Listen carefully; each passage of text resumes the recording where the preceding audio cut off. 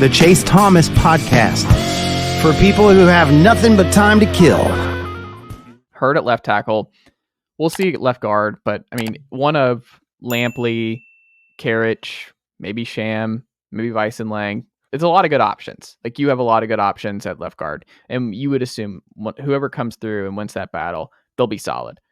Cooper back at center, Spraggs at right guard, and Campbell at right tackle. I mean, that's just a veteran, solid group for year one of Nico Iamaleava's time under center. I mean, you can't really ask for much more, because even if you had landed Seaton, it's a true freshman. You're starting a true freshman there, and we don't know how he would have done at left tackle right away for Tennessee. Now you get someone who has SEC experience, a year of it, would have started at a lot of places all around the country, and the only reason he left LSU is because of a depth chart problem. And they have enough offensive tackle talent that he just couldn't get on the field, but he'll start right away, presumably at Tennessee. And look, I just think you can't really ask for much more from Tennessee for 2024 on the offensive line front. And also, the best part, he's a multi-year guy. He's not a Band-Aid transfer. He is someone that you want to be able to pencil in for the next 2 to 3 years at Tennessee. And that's huge, just to have that solidified.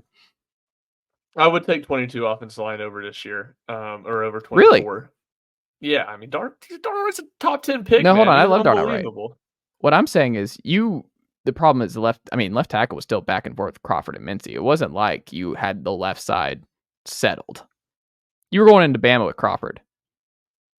Yeah, I mean, I understand all that, and you were so good everywhere else and so good at right tackle that you could slide protections and do everything you needed to help it, that you just never had to worry about Darnell Wright. Oh, for sure. So I would take 22. That's fair. Certainly, you can't ask for anything more from the starting offensive line. I would completely agree with that. You could ask for a little bit more depth. You still have Dane Davis as your third offensive tackle, and Sam Umarov, I guess, is your fourth offensive tackle. You don't have the depth that you have at offense that you'd like to have at offensive tackle. But no, I mean, it was someone that they had to get.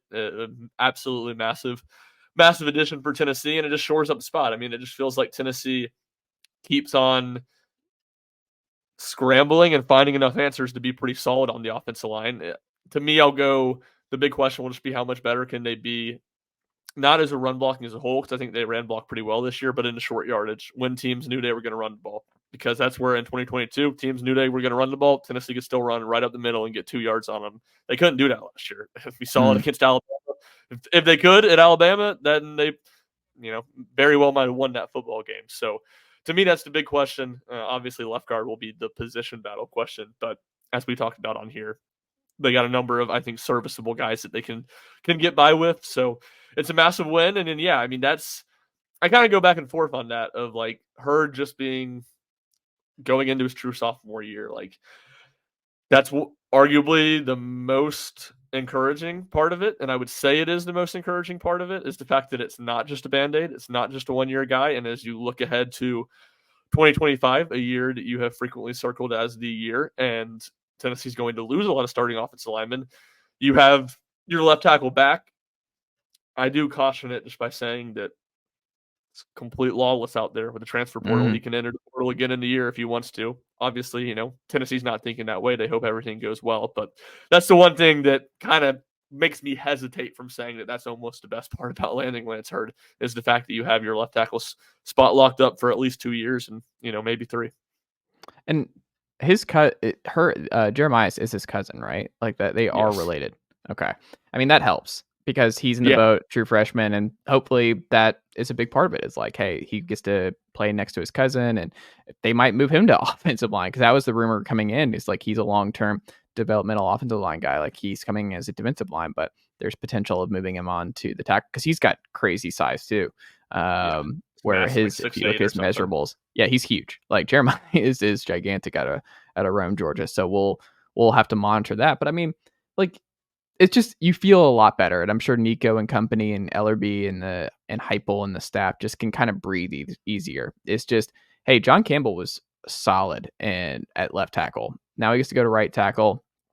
And look, that's a good place to be, where you're one of your you just knew what you had in John Campbell week over week. He was never a liability, and now you have that right hand side plugged in. You got Dane Davis in a spot that is much more comfortable, which is the third swing guy, which is what he should be at this point.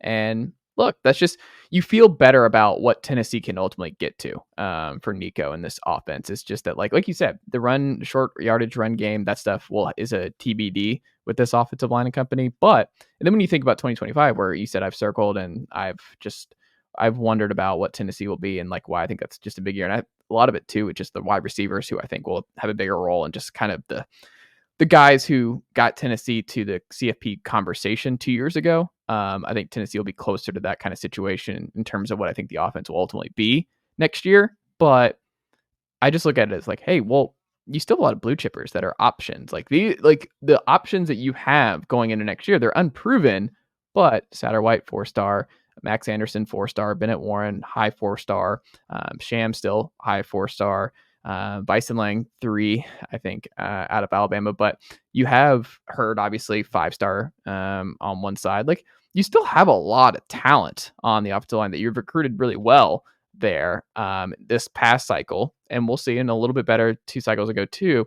I don't know. I'm just not as worried about it in terms, and they'll go in the portal and they'll show some upgrades and they'll do whatever. But this year alone, I think if you're a Tennessee fan, you're breathing a sigh of relief, because the offensive line should be really good in 2024, barring injuries. Really good. Maybe a little bit of a stretch, but definitely good. Definitely should be good, and has the potential to be really good. And yeah, massive sigh of relief. And I think maybe the biggest thing you take away from it is the gamble of letting Gerald Mincey walk paid off. You upgraded. Yeah. Like, when you let Gerald Mincey walk, especially that late in the cycle, it was like, all right, there's a world out there where you're gonna be really bad at one of the tackle spots next year, or under at the very much at least underwhelming. And they let Mincey walk, and they did what it took to get a top 3, offensive tackle in the transfer portal. One of the other top offensive tackles in the transfer portal was always going to go to Iowa, and the Proctor, that's his name, right? The Alabama kid. I'm blanking on it. Yeah, Caden Proctor. So you landed one of the best. Yes, you landed one of the very best options out there, and upgraded over Gerald Mincey. And obviously that was a gamble and a risk by Tennessee's coaching staff when they were letting Mincey go, and it paid off. So yeah, you feel a lot better about it. And one of probably, again, the biggest gambles that Tennessee's coaching staff has made this offseason is one that paid off for him. On the flip side, on the defensive line, Jackson Moy comes in from Stanford, defensive tackle, played a lot of football there, flashed in that regard. Kind of an under the radar pickup, 3-star kid, but a rotation guy, where Tennessee, we've talked about, they were quietly very thin on the interior. They're loaded on the edge. Like Tennessee, I don't even know how they're going to divvy up. Nicely done, nephew. The Chase Thomas podcast. Hell yeah.